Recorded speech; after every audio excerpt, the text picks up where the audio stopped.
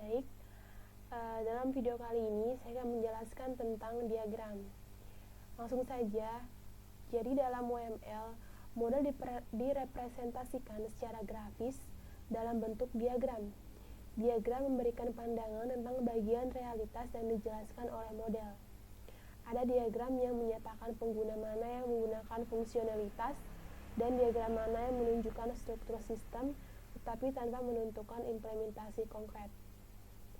Nah, saat ini UML menawarkan 14 diagram yang menggambarkan struktur atau perilaku suatu sistem.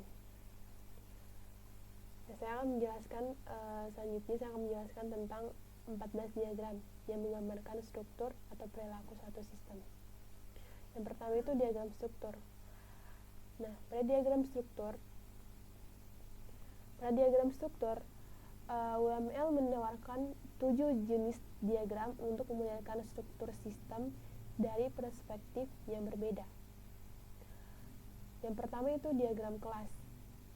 Konsep diagram kelas berasal dari pemodelan data konseptual dan pengembangan perangkat lunak berorientasi objek. Konsep ini digunakan untuk menentukan struktur data dan struktur objek dari suatu sistem.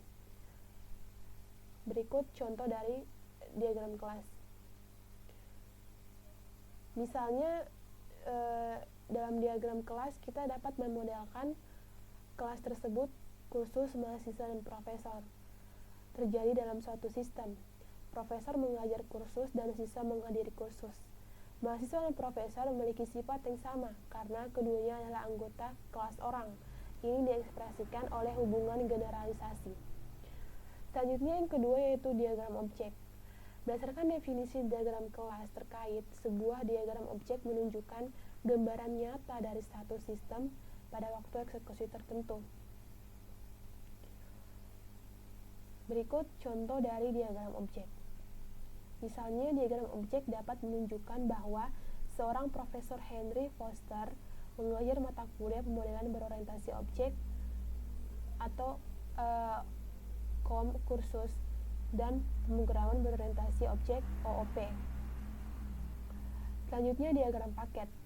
Diagram paket itu diagram paket mengelompokkan diagram atau halaman model menurut sifat umum seperti kohesi fungsional.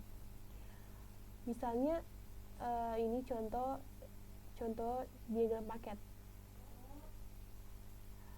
Misalnya dalam sistem administrasi universitas, kita dapat memperkenalkan paket yang berisi informasi tentang pengajaran, penelitian, dan aspek administrasi. Paket sering diintegrasikan dalam diagram lain daripada ditampilkan dalam diagram terpisah. Selanjutnya, diagram komponen. Diagram komponen UML memberi penghormatan kepada pengembangan perangkat lunak berorientasi komponen dan menawarkan diagram komponen. Komponen adalah unit independen yang dapat dijalankan yang menyediakan layanan bagi komponen lain untuk menggunakan layanan komponen lain. Nah, konsep ini dapat digabungkan dengan cara apapun yang diperlukan. Saat menentukan komponen, kita dapat memodelkan dua tampilan secara eksplisit, tampilan eksternal, tampilan kotak hitam mempresentasikan yang merepresentasikan spesifikasi komponen, dan tampilan internal yang mendefinisikan implementasi komponen. Berikut contoh dari diagram komponen. Selanjutnya itu diagram struktur komposisi. Diagram struktur komposisi memungkinkan dekomposisi hierarkis dari bagian-bagian sistem. Oleh karena itu, kita dapat menggunakan diagram struktur komposisi untuk mendeskripsikan struktur internal kelas atau komponen secara detail. Hal ini memungkinkan kita untuk mencapai tingkat detail yang lebih tinggi daripada. Berikut contoh dari diagram struktur komposisi. Misalnya dalam diagram kelas, kita pemodelannya bersifat spesifik konteks. Kita dapat menentukan detail struktur internal yang valid secara tepat untuk konteks yang dipertimbangkan. Berikutnya, diagram penerapan. Diagram penerapan atau diagram penyebaran topologi perangkat keras yang digunakan dalam sistem runtime yang ditetapkan dapat diwakili oleh diagram penyebaran. Perangkat keras mencangkup unit pemrosesan dalam bentuk node serta hubungan komunikasi antar node. Sistem runtime berisi artefak yang disebarkan ke node. Nah, ini salah satu contoh diagram penerapan. Selanjutnya diagram profil. Diagram profil kita dapat memperluas UML untuk memperkenalkan konsep khusus domain. Ini sebenarnya dari definisi bahasa UML meta tapi tidak berubah. Misalnya kita dapat menggunakan profil untuk memperkenalkan konsep Java Enterprise Beans. Nah, berikut contoh dari diagram profil. Selanjutnya, diagram perilaku. Diagram perilaku juga terdapat 7 diagram. Yang pertama itu diagram use case. Diagram ini menjelaskan pengguna mana yang menggunakan fungsionalitas mana dari sistem tetapi tidak membahas detail spesifik dari implementasi. Unit fungsionalitas yang disediakan sistem untuk penggunanya disebut kasus penggunaan. Nah, jadi diagram perilaku itu perilaku mengacu pada konsekuensi langsung dari suatu tindakan, setidaknya satu objek. Ini mempengaruhi bagaimana keadaan objek berubah seiring waktu. Perilaku bisa ditentukan melalui tindakan satu objek atau hasil dari interaksi antara beberapa objek. Selanjutnya ini contoh dari diagram use case. Yang kedua itu diagram mesin negara. Diagram ini menggambarkan perilaku yang diizinkan dari suatu objek dalam bentuk kemungkinan status dan transisi status yang dipicu oleh berbagai peristiwa. Berikut contoh dari diagram mesin negara. Yang ketiga, diagram aktivitas. Diagram aktivitas menawarkan mekanisme aliran kontrol serta mekanisme aliran data yang mengkoordinasikan tindakan yang membentuk suatu aktivitas, yaitu proses.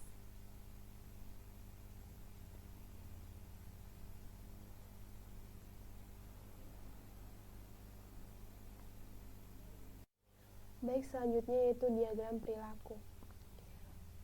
Diagram perilaku mengacu pada konsekuensi langsung dari suatu tindakan, setidaknya satu objek. Ini mempengaruhi bagaimana keadaan objek berubah seiring waktu.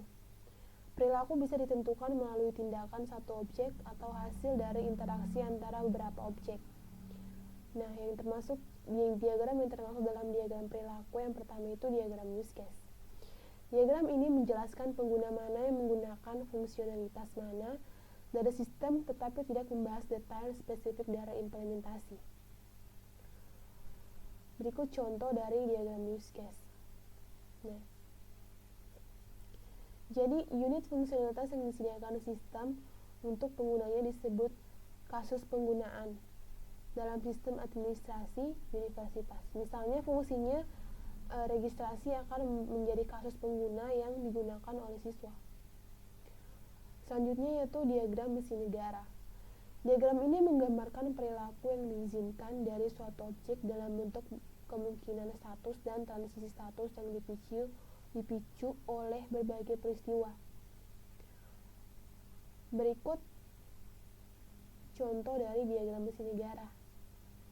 Fungsinya registrasi akan menjadi kasus penggunaan yang digunakan oleh siswa. Selanjutnya, diagram aktivitas.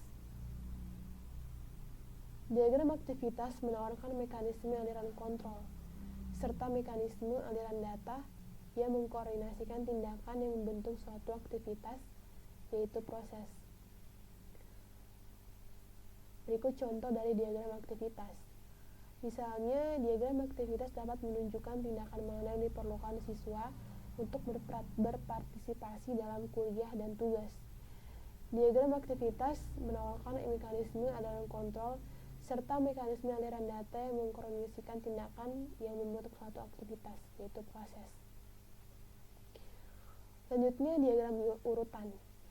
Diagram urutan menjelaskan interaksi antara objek untuk memenuhi tugas tertentu. Berikut contoh dari diagram diagram urutan.